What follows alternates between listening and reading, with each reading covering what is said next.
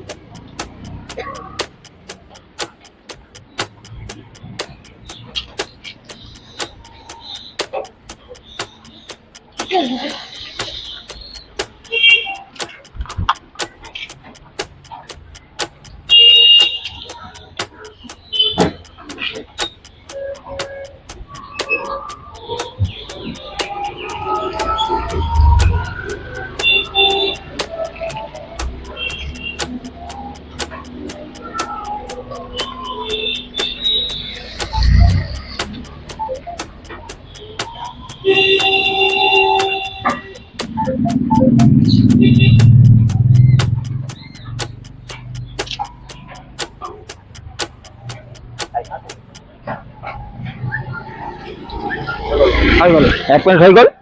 14টা খালে ভণ্টিয়ে। তো 14টা 5 টকাকৈ 70 টকা যিকে পাইছে।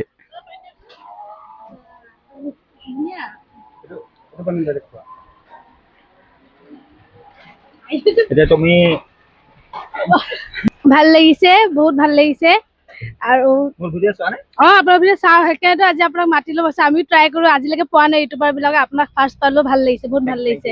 ভিডিঅ'টো ভাল লাগিলে শ্বেয়াৰ কৰিবা আৰু তোমাৰ ফ্ৰেণ্ডসকলকো কৈ দিবা।